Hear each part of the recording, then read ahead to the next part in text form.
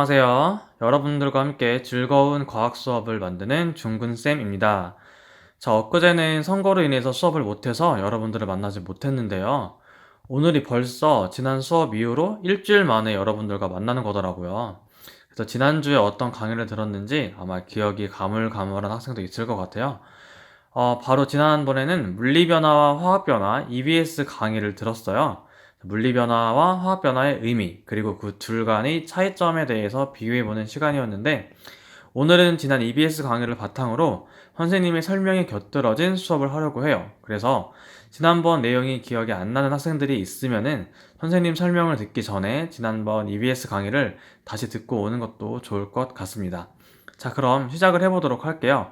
자, 우선 먼저 여러분들 교과서 다 받아갔죠? 교과서 기준으로 보면은 이렇게 1단원 화학 반응의 규칙과 에너지 변화 1단원을 보면은 크게 세 가지 파트로 구성이 되어 있어요. 선생님이 1, 2, 3번 적어놨는데 첫 번째로 물질의 변화, 그리고 두 번째로 화학 반응의 규칙, 그리고 세 번째로 화학 반응과 에너지 변화 이렇게 나뉘어져 있는데, 우리는 가장 먼저 물질의 변화 1차 시인 물리 변화와 화학 변화에 대한 수업을 오늘 하려고 합니다.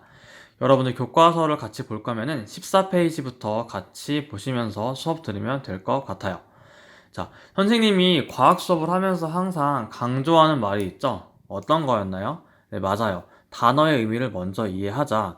단어 그대로의 뜻을 먼저 이해하다 보면은 나중에 기억하기도 쉽고, 본격적인 과학 개념이나 정의로 들어갔을 때 더 쉽게 기억할 수도 있다 그랬죠?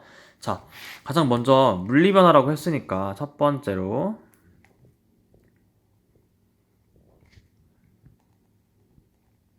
물리변화 이렇게 써볼게요. 물리변화. 자, 여기서 지금 물리라는 말이 나오는데, 자, 그럼 물리하면은 어떤 말이 떠오르나요?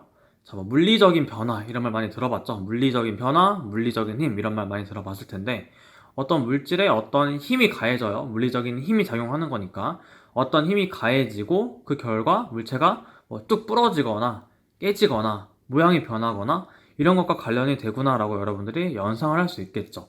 자, 그러면 두 번째로 한번 물리 변화가 있으면 화학 변화가 있겠죠? 자, 그럼 여기서 나오는 이 화학은 또 어떤 뜻인가 한번 보도록 할게요. 자, 이 화학에서 화는 한자어인데요. 될 화, 어떤 게 되다. 될 화라는 한자어예요. 즉, 어떤 물질이 다른 물질로 되다. 어떤 물질이 변해서 또 다른 물질, 새로운 물질로 바뀌다. 이렇게 이해하면 이해하기 쉬울 거예요. 자, 각 변화가 어떤 의미인지 단어 중심으로 살펴봤으니까 본격적으로 한번 정의를 내려볼게요. 자, 가장 먼저 물리변화 먼저 해볼게요. 자, 물리변화는 물질의 성질은 변하지 않으면서 물질의 모양이나 상태가 변하는 현상을 말해요. 이렇게 한번 적어볼게요. 물리변화는 물질의 성질은 변화하지가 않아요. 대신에 물질의 모양 또는 상태가 변화한다. 자, 이런 변화를 물리변화라고 할 수가 있어요. 자, 아까 말했듯이 어떤 물질에 물리적인 힘이 가해지면은 깨지거나 부서지거나 할 수가 있겠죠. 선생님이 예를 한번 들어볼게요. 과자를 부러뜨린다거나, 뭐 나무를 부러뜨린다거나, 어떤 유리가 깨진다거나, 이렇게 하면은 모양이 변하겠죠. 원래 완전한 모양에서 깨진 모양으로 변하겠고, 그리고 물을 냉동실에 넣고 얼리면은 고체인 얼음이 되겠죠. 액체에서 고체로 상태가 변했어요. 여기 있는 상태 변화는 고체, 액체, 기체, 즉 고체 상태, 액체 상태, 기체 상태로의 그런 상태 변화를 의미를 하는 거예요. 자, 그렇다면 이번에 화학 변화가 어떤 건지 한번 알아보도록 할게요. 화학 변화는 물질이 성질이 변해서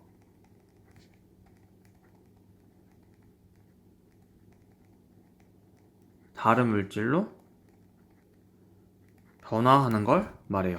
즉, 물리 변화가 성질 변화 없이 물질의 모양 또는 상태가 변화하는 현상이라면 화학 변화는 반대로 뭐가 변한다? 물질의 성질이 변해요. 중요하니까 물질의 성질이 변해서 물질의 성질이 변해서 다른 물질로 변하는 것을 화학 변화라고 하는구나 라고 여러분들이 기억을 할 수가 있어요. 자, 딱 두 가지 문장만 봐도, 즉 물리 변화와 화학 변화의 정의만 봐도 확연한 차이가 보이죠. 어떤 건가요? 맞아요. 물리 변화는 성질은 변하지 않았는데 화학 변화는 성질이 변했죠. 성질이 변해서 아예 다른 물질이 되는 것, 이게 화학 변화라고 정리를 할 수가 있어요. 자, 근데 여러분들 중에서 물리 변화와 화학 변화를 봤을 때 그럼 물리 변화는 물질의 모양이나 상태는 변화하는데 그럼 화학 변화는 물질의 모양이나 상태는 변하지 않는 건가요? 라고 질문할 수도 있어요. 선생님이 강조하고 싶은 거는 물리 변화와 화학 변화를 나누는 가장 큰 기준은 뭐다? 이런 모양이나 상태 변화가 아니라 바로 이 성질이 변했느냐 안 변했느냐, 이게 바로 기준이 된다라는 거예요. 저희는 지금 단순히 외우고 나중에 잊어버리는 그런 공부를 하는 게 아니라 이해하고 적용하는 공부를 하는 거기 때문에 지금 두 가지 정의 계속 강조하고 있죠. 꼭 기억하시기를 바랍니다. 자, 이번에는 이 물리 변화와 화학 변화를 분자 모형과 원자 모형을 적용해가지고 한번 구체적으로 비교를 해볼 거예요. 그 전에 아까 쌤이 말한 게 뭐였죠? 강조한 거. 단어. 바로 단어의 의미를 정확히 짚어보자라고 했는데 선생님이 방금 뭐 원자, 분자 얘기했으니까 원자, 분자가 무슨 뜻인지를 알아봐야겠죠? 여러분들이 아마 2학년, 작년에 배웠을 텐데요. 물질을 구성하는 가장 기본적인 입자를 뭐라고 할까요? 선생님 여기다 한번 적어볼게요. 물질을 구성하는 가장 작은 입자. 자, 물질을 구성하는 가장 작은 입자를 원소라고 해요. 들어봤죠? 원소라고 하는데 예를 들어서 물이 있어요. 물이 있는데 그럼 물은 H2O라고 쓸 수가 있죠. H2O라고 화학식을 쓸 수가 있는데 여기 보면은 지금 H라는 수소 원소로 구성되어 있고 그리고 또 뭘로 되어 있죠? 그쵸? 산소 원소로 구성되어 있어요. 그럼 여러분들이 또 질문을 할 거예요. 쌤, 아까는 원자라 그랬잖아요. 그럼 원자는 어떤 거예요? 라고 질문할 수가 있는데 자, 원자는 뭐냐? 물질을 구성하는 가장 작은 입자가 역시 원자라고 할 수가 있어요.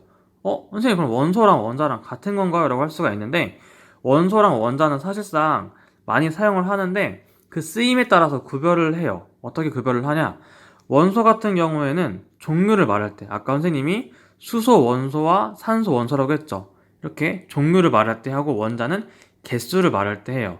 자, 원자를 적용해서 다시 말하면은 물은 수소 원자 H2니까 2개 그리고 산소 원자 O가 1개니까 1개 이런 식으로 말해요.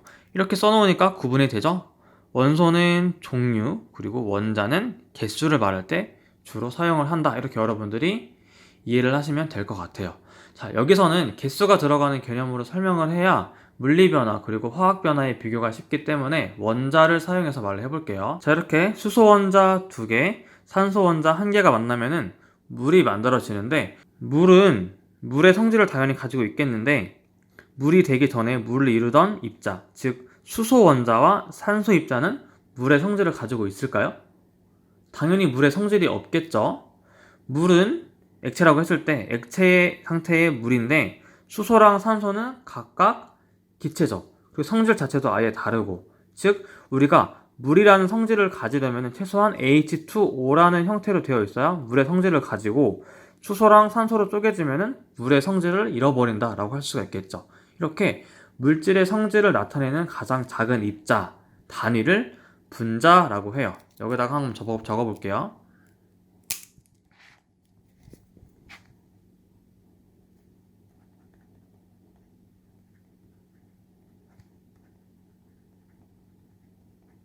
물질의 성질을 나타내는 가장 작은 입자 혹은 뭐 단위, 이걸 이제 분자라고 하는 거예요. 즉 물 같은 경우는 이제 여러분들이 물 분자라고 할 수 있겠죠. 물의 성질을 갖고 있기 때문에 이 물을 이루는 수소, 산소 같은 경우는 이제 분자가 아닌 원자의 개념으로 여러분들이 이해를 하면 되겠고요. 근데 선생님이 방금 분자를 뭘로 정의했어요? 맞아요. 물질의 성질을 나타내는 가장 작은 입자라고 했어요. 그런데 성질이라는 말 아까 어디서 사용했죠? 맞아요. 물리 변화와 화학 변화를 나누는 가장 큰 기준이 성질 변화, 성질이 변하는지 변하지 않는지라고 했겠죠. 그러면 이 성질을 여기 있는 분자의 개념이었던 물질의 성질, 여기과 연관을 시킬 수가 있겠죠. 이런 파란색의 분자 3개가 존재한다고 했어요. 근데 이 분자는 그대로고 이 분자들의 위치가 바뀌었어요. 이렇게 보면은 좀 멀어졌죠. 위치가 변했다는 거를 배열이 바뀌었다, 배열 상태가 바뀌었다고 하는 건데, 이렇게 멀어지거나 혹은 더 가까워졌어요. 이런 식으로 더 가까워졌어요. 이렇게 변화하는 거는 분자의 위치, 즉 배열이 바뀌었다고 할 수 있는데, 분자 자체는 변했어요, 변하지 않았어요? 변하지 않았죠. 따라서 성질은 변했다, 안 변했다? 안 변했겠죠.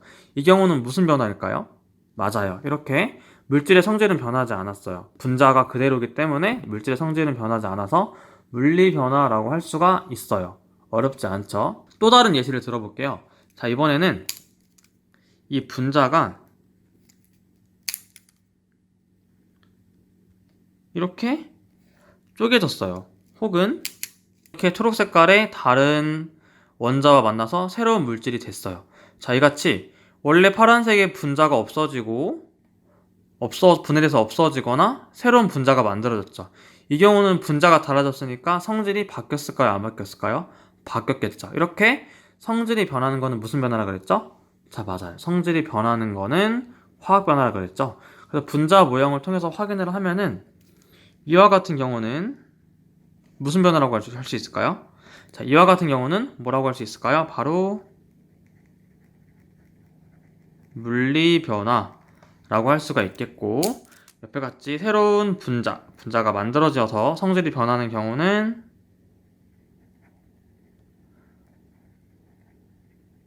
화학 변화라고 정리를 할 수가 있겠네요. 자, 이렇게 선생님이 물의 경우를 가지고 예를 한번 더 들어볼게요.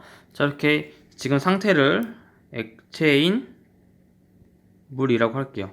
이렇게 그러면 물 분자 3개가 존재를 하게 되는데, 얘네들을 얼리게 되면은 이 간격이 좀 더 가까워져요.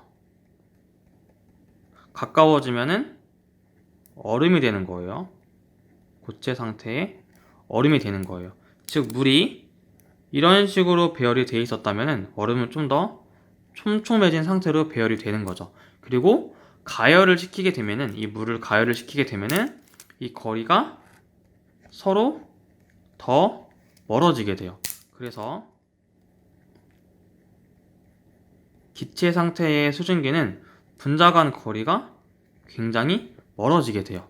이렇게 분자의 배열 상태는 변하게 되지만 이 하나가 H2O니까 각각의 분자는 그대로가 되겠죠. 다시 한번 하나만 더 그려볼게요. 이렇게 물 분자가 있는데 이 물 분자를 전기 분해를 시켰어요. 전기로 분해를 했다는 건데, 분해를 해서 수소 원자랑 산소 원자로 분리를 했어요. 자, 이렇게 분리를 했을 때 수소랑 산소는 물의 성질을 더 이상 갖고 있지 않겠죠. 따라서 이런 식으로 분자가 달라지게 되면은 성질이 변해서 무슨 변화? 화학 변화라고 하는 거고, 위에처럼 물, 얼음, 수증기, 액체, 고체, 기체로 상태만 변하는 것은 분자의 배열은 그대로고 분자의 종류는 변하지 않았죠? 이런 경우를 물리 변화라고 할 수가 있어요. 선생님이 계속 쓰는 말이 분자의 종류는 변하지 않았다, 혹은 분자의 배열 상태만 변했다, 이런 식으로 사용을 하죠. 자, 여러분들이 그 원자는 어떻게 되나요? 라고 궁금을 할 수가 있는데, 원자 자체는 뭐라 그랬죠? 물질을 구성하는 가장 작은 입자라 그랬죠. 변화든 화학 변화든 원자 그 자체, 즉 원자의 종류와 개수는 바뀌지가 않아요.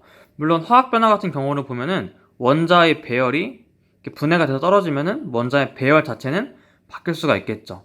물리 변화는 원자의 배열은 바뀌지 않았지만, 하지만 물리 변화든 화학 변화든 원자의 종류와 개수는 그대로 유지가 된다라고 여러분들이 기억을 하시면 되겠어요. 자, 마지막으로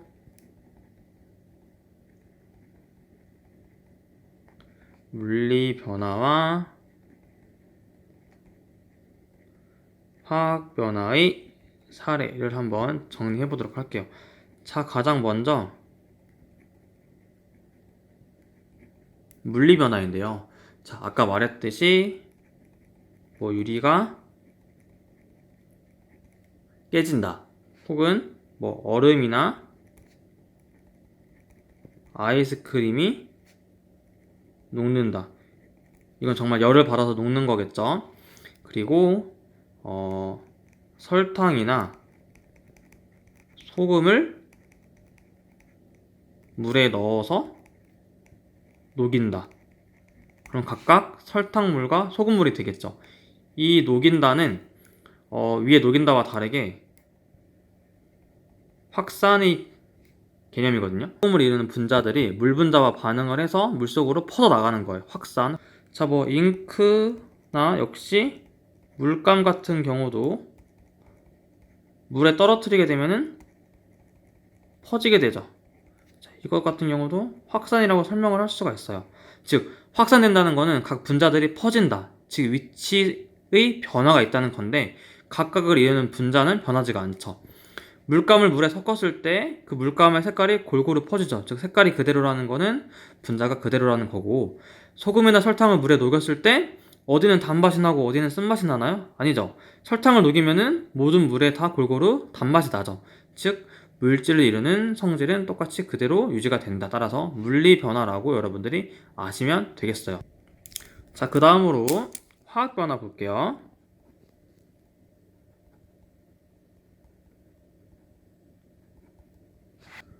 화학 변화는 나무를 태우는 경우, 그리고 이제 마그네슘을 연소시키는 경우, 그리고 철이 산화되는 경우, 그리고 이제 뭐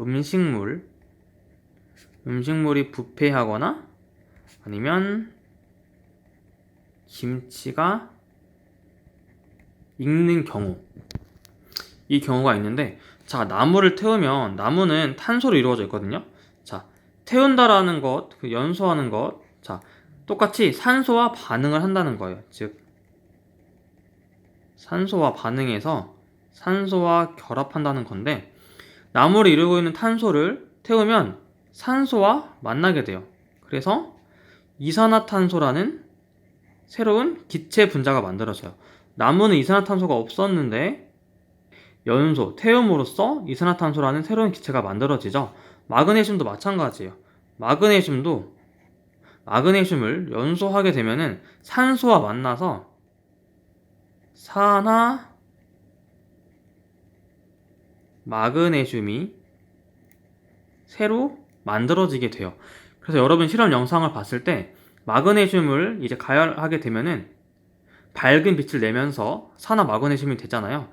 마그네슘 같은 경우는 금속이기 때문에 전기가 통했는데, 산화 마그네슘은 새롭게 바뀌어서, 즉 새로운 물질이기 때문에 전기가 안 통했어요.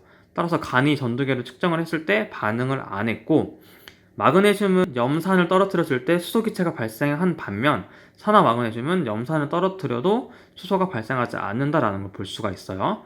자, 철이 산화한다는 것 역시 산소와 결합해서 산화된다는 거예요. 그러면 산화철이 돼서 부식되는 건데, 이 경우도 역시 기존의 철과는 다른 성질을 갖기 때문에 화학 변화라는 거고요. 음식이 부패한다, 김치가 액는다 모두 물질의 성질이 변해서 맛도 변하고 색도 변하는 경우이기 때문에 화학 변화에 해당한다라고 여러분들이 이해를 할 수 있을 거예요. 자, 마지막으로 여러분들이 궁금해할 만한 것 중에서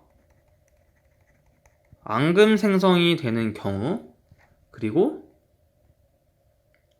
상처난 곳에 그 소독약이 과산화수소수거든요. 과산화수소수를 바르면은 이제 기체가 발생하는 경우, 이 경우는 이제 어떤 경우인가 궁금할 수가 있는데요. 자, 어떤 액체랑 또 다른 액체를 섞었어요. 그랬더니 녹지 않는 앙금이 생성되는 경우를 이제 뭐 앙금 생성 반응이라고 하는데, 앙금이라는 거는 이런 수용액, 즉 물에 녹지 않는 덩어리를 말하는 거예요. 원래 있던 두 액체에는 안 녹는 물질이 없었죠. 섞었더니 녹지 않는 새로운 물질. 녹지 않는다는 거는 전에 없던 새로운 물질이 생긴 거죠. 이렇게 이해를 하면은 앙금이 생성되는 경우는 화학 변화구나 라고 이해를 할 수 있을 거고, 상처에 과산화수소수를 발라서 기체가 발생하는 경우는, 자, 상처가 나면 여러분들 피가 나오죠. 혈액 속에는 카탈레이즈라는 효소가 있어요. 그냥 이런 게 있구나라고 알면 돼요. 카탈레이즈라는 효소가 이 과산화수소수가 H2O2인데 얘와 반응을 해서 분해시켜요. 이 H2O2를 분해시켜서 산소 기체가 발생하게 돼서, 기체가 발생하는 게 산소 기체였거든요. 그래서 H2O2라는 과산화수소가 산소 기체로 분해가 되는구나. 원래는 액체였는데 새로 기체가 만들어졌죠. 이래서 이것 역시 새로운 물질이 만들어져서 성질이 변하기 때문에 분자가 바뀌었죠. 그래서 화학 변화에 해당하는구나 라고 여러분들이 이해를 하시면 되겠어요. 자, 이렇게 오늘은 물리 변화와 화학 변화에 대해서 한번 알아봤는데요. 여러분들 선생님 수업을 듣고 궁금한 점, 질문한 점 있으면은 궁금증 불시착 게시판이 있죠? 여기다가 댓글 달아주시면 될 것 같습니다. 자, 이번 영상도 그렇고 저번 OT 영상도 그렇고 영상 모두 쌤 유튜브 채널을 통해서 올라가는 거거든요. 그래서 여러분들이 뭐 좋은 질문, 재밌는 댓글 달아주시면은 다음 영상 시작할 때 쌤이 소개해주는 시간을 가지려고 해요. 그래서 여러분들 한번 유튜브 한번 타고 싶다 하는 분들은 댓글 적극적으로 달아주시면 될 것 같고요. 주의할 거는 여러분들 쌤 수업을 들을 때 유튜브로 들으면 안 되고 온라인 클래스로 들어야 되겠죠. 유튜브로 들으면은 출석 체크에 반영이 안 되기 때문에 꼭 온라인 클래스에서 들어야 한다는 것 유념해 주시기 바라겠습니다. 자, 그럼 오늘도 고생했고 다음 시간에 볼게요. 안녕.